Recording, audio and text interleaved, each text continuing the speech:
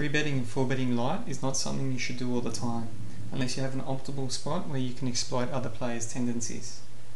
Most low stakes players understand position, so you can take advantage of positionally aware players by 3betting them light. You should only consider doing this against fairly tight players who can fold to 3 bets. 4betting light can also be profitable.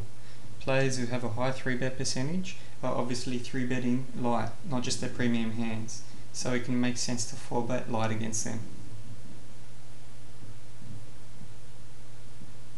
In this particular hand I was dealt King 10 suited in the small blind. The player in the cutoff makes a raise, and I knew this player was a tag, and they also had a high fold to 3bet percentage.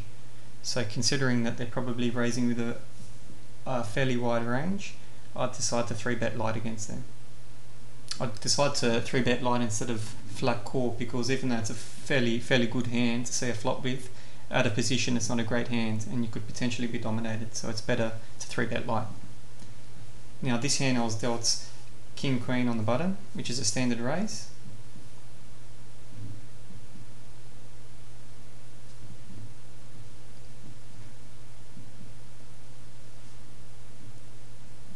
And the player in the big blind decides to 3bet.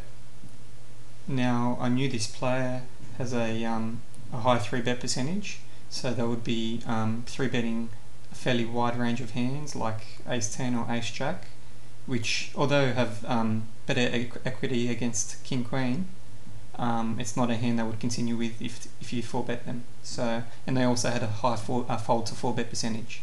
So considering that, they're more than likely going to fold to the 4bet. Because they're 3betting light, it makes sense to 4bet light.